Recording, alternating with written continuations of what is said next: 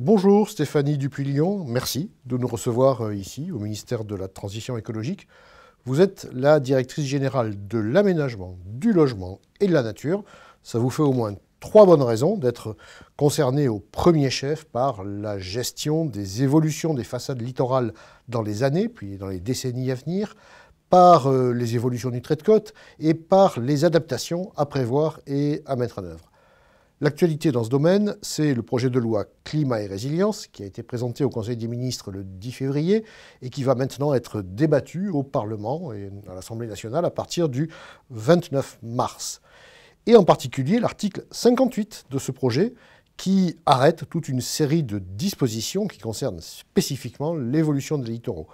Est-ce que vous pourriez nous dire en quelques mots en quoi consistent ces dispositions et quelle est leur finalité?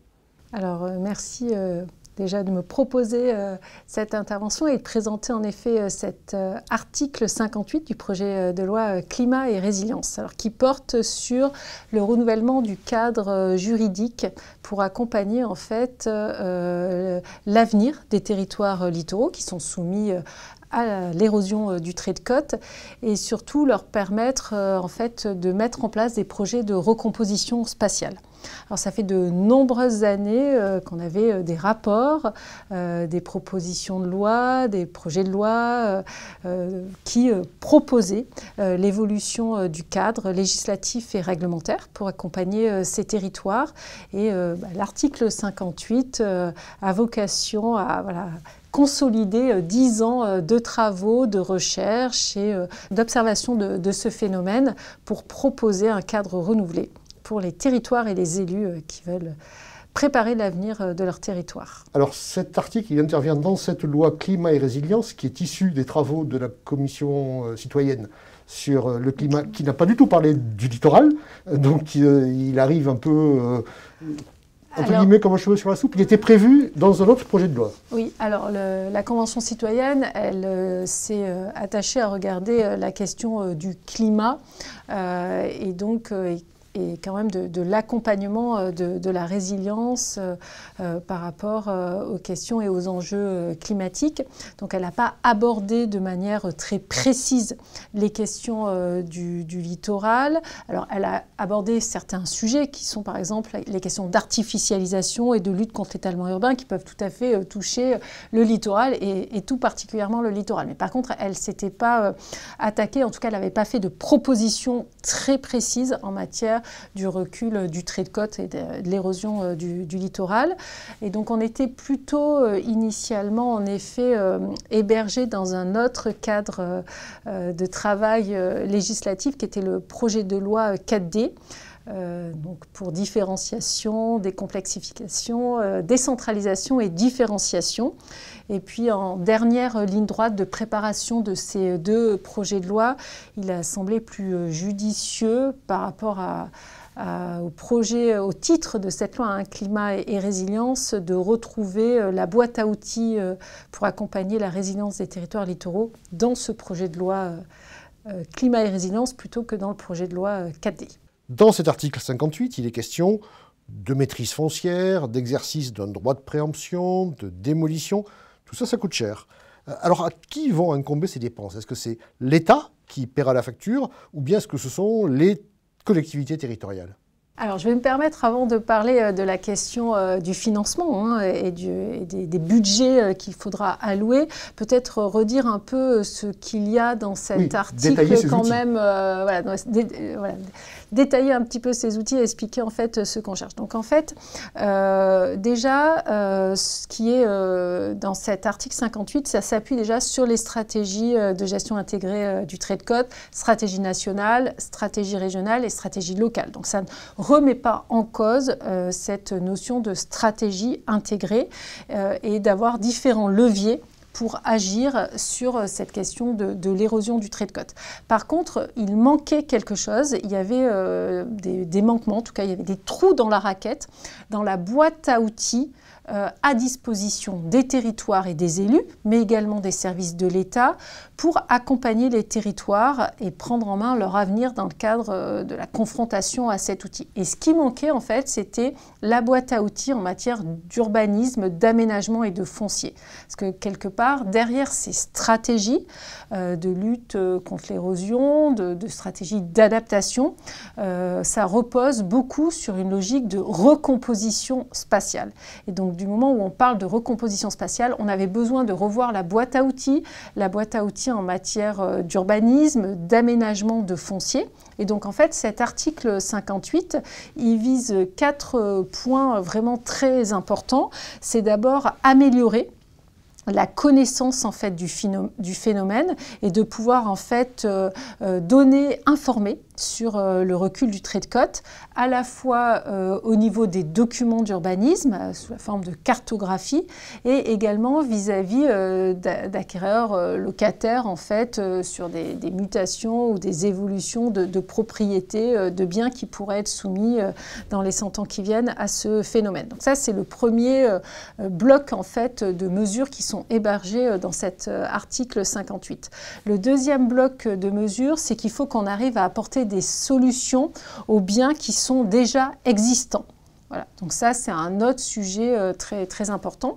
Le troisième bloc de mesures, c'est de limiter l'exposition de nouveaux biens et donc de pouvoir en fait organiser la manière dont les territoires peuvent encore vivre et évoluer pendant les 30, 40, 60 ans avant la survenance de ce phénomène, mais ne pas aggraver l'exposition de nouveaux biens ou en tout cas de pouvoir gérer de possibles, notamment par exemple démolition ou suppression de biens qu'on aurait autorisés parce que pendant 30 ans ils peuvent être autorisés mais pas au-delà. Et puis bien sûr, il faut, quatrième vraiment sujet majeur dans cette boîte à outils, c'est qu'il fallait donner la possibilité de faire de la recomposition spatiale et donc de déplacer des bouts de territoire ou en tout cas de recomposer ces territoires. Et on sait aussi que cette recomposition, elle sera sûrement pertinente et beaucoup plus facile à l'échelle intercommunale. Alors je repose ma question. Tout ça, ça va coûter beaucoup d'argent. À qui il va falloir adresser la facture ?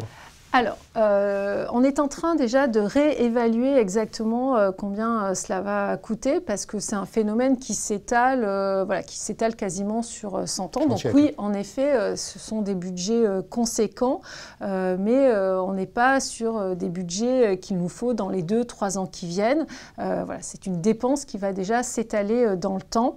Et aujourd'hui, malheureusement, on a des études très hétérogènes sur le coût réel et l'estimation à 100 ans des biens exposés. Donc là, on est en train de voir comment est-ce qu'on peut refaire faire des analyses et des estimations beaucoup plus précises, notamment avec le CEREMA et le CGEDD, pour essayer de mieux évaluer déjà pour les 100 ans qui viennent, quelle est la réalité de la facture. Donc ça, c'est déjà dans l'espace et dans le temps, ça s'étale énormément. Et puis après, chaque projet de recomposition, il se phase. C'est-à-dire que quand un territoire, et on en a quelques-uns là qui vont démarrer dans le cadre de nos PPA, de nos projets partenariaux d'aménagement, on a 3 territoires particuliers qu'on va regarder, qui vont être un peu un laboratoire.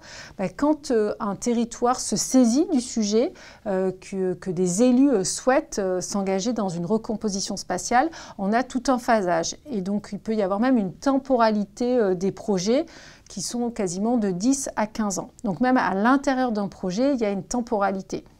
Donc après, nous sommes en train de regarder au niveau du gouvernement et en lien également dans le cadre de la concertation avec les élus, de voir quels sont les moyens financiers qui peuvent accompagner en fait ces projets. On a aujourd'hui en fait beaucoup de de financement qui sont disponibles.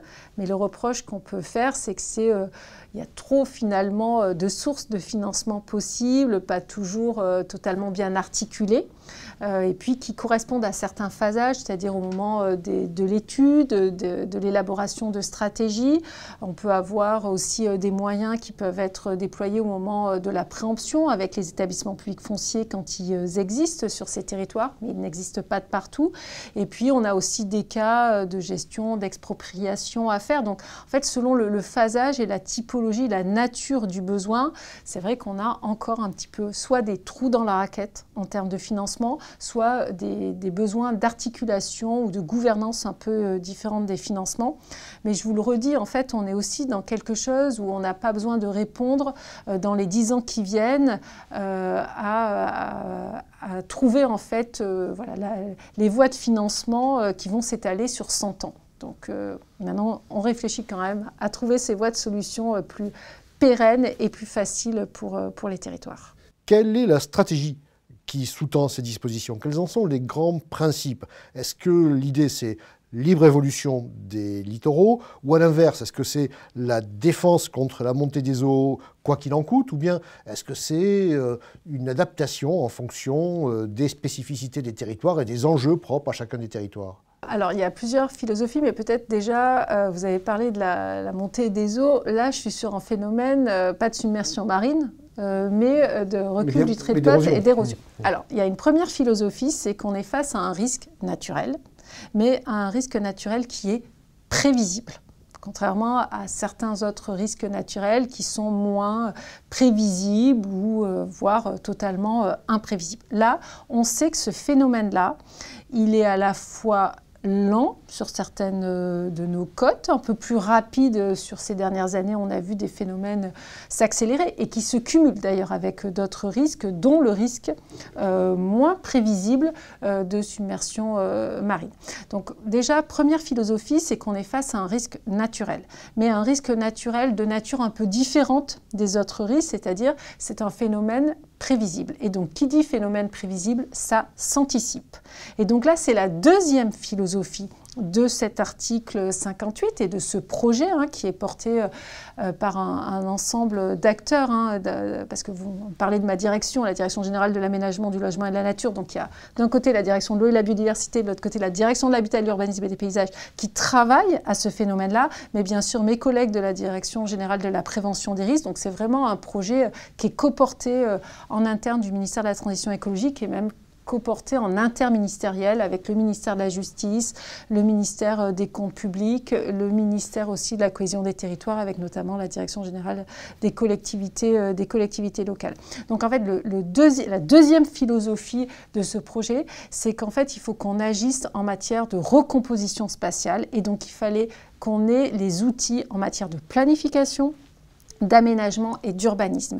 Donc on quitte entre guillemets, la logique juste de gestion des risques et donc de PPR pour rejoindre ou en tout cas se coordonner avec la politique de planification, d'aménagement et d'urbanisme.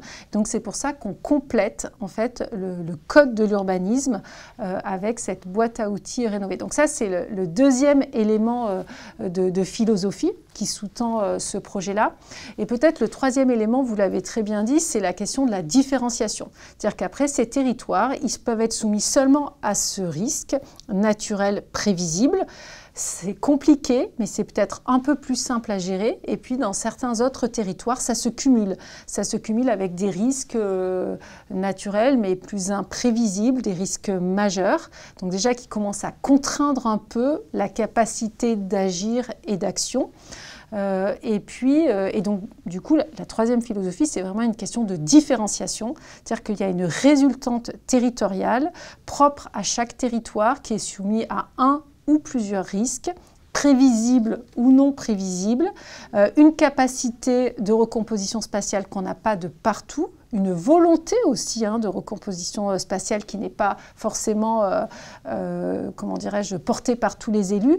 Et donc en fait, au-delà du coup de la différenciation, il y a aussi une logique un peu de volontariat, c'est-à-dire qu'on n'est pas dans un article qui va contraindre, mais c'est plutôt un article qui doit pouvoir accompagner les territoires qui ont des projets d'avenir et des projets de recomposition. Cet article 58 dont nous parlons a une particularité, c'est qu'il ne crée pas directement de dispositions législatives applicables, mais il autorise le gouvernement à légiférer par ordonnance. Alors pourquoi ce choix plutôt que le choix d'un débat parlementaire en bonne et due forme ?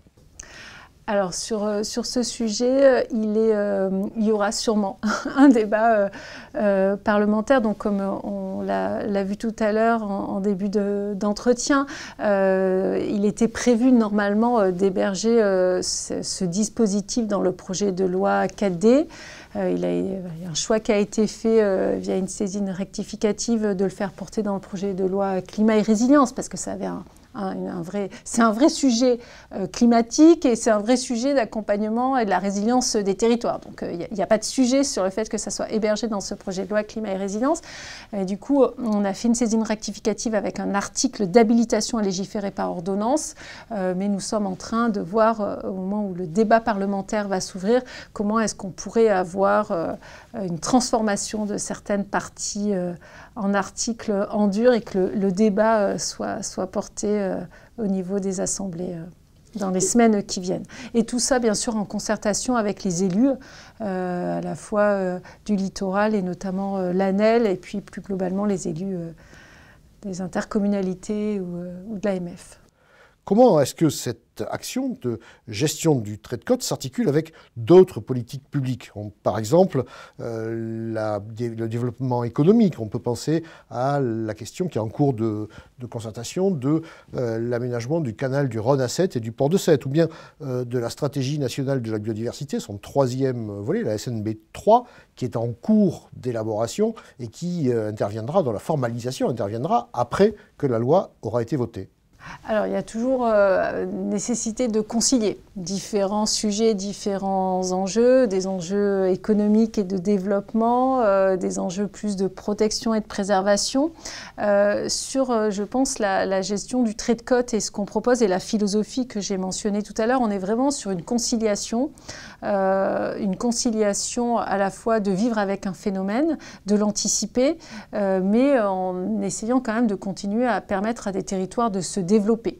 Après, c'est le juste équilibre sur cette capacité, entre guillemets, de concilier les choses. Et je pense que je n'ai pas envie de donner une réponse totalement formatée, parisienne et non différenciée. Je pense que malheureusement, il y a des territoires où la conciliation est possible, des territoires où elle est moins possible. Et après, il y a aussi une question de volonté politique ou pas. Donc c'est beaucoup plus subtil qu'une réponse non territorialisée. Il y a une stratégie mer et littoral qui a été adoptée en 2017 et qui doit produire ses effets jusqu'en 2030. Elle est pilotée par un autre ministère que le vôtre, le ministère de la Mer. Il y a en Occitanie le plan Littoral 21 qui est piloté par la région. Il y a d'autres initiatives comme la démarche Ambition Littorale. Comment est-ce que tous ces dispositifs s'articulent entre eux? Qu'est-ce qui en assure la cohérence? Comment est-ce que fonctionne tout ce puzzle?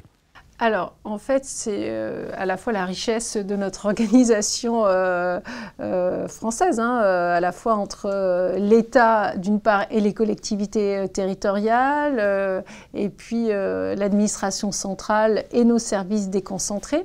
En fait, cette brique, l'article 58 sur la gestion du trait de côte, c'est une des briques. Voilà, donc c'est juste une brique qui manquait pour faire en sorte d'avoir toute la palette des outils pour les collectivités territoriales et pour les territoires soumis à ce risque-là pour pouvoir agir. Et donc nous, on n'écrase pas du tout la stratégie nationale intégrée du trait de côte, ni les stratégies régionales, ni les stratégies locales. En fait, c'est ce qui sous-tend, ce sont les fondements de tout projet de recomposition spatiale. C'est-à-dire que voilà, s'il n'y a pas ces éléments de stratégie, je pense que ça sera très difficile de s'engager dans des projets de recomposition spatiale et donc d'activer, entre guillemets, cette boîte à outils. Mais je vous le redis, c'est une boîte à outils qui va être activée selon la volonté et les projets des territoires, et on n'écrase pas tout. Et d'ailleurs, dans l'exposé des motifs, je pense qu'on mentionnait très clairement qu'on s'appuyait sur les stratégies, la stratégie nationale,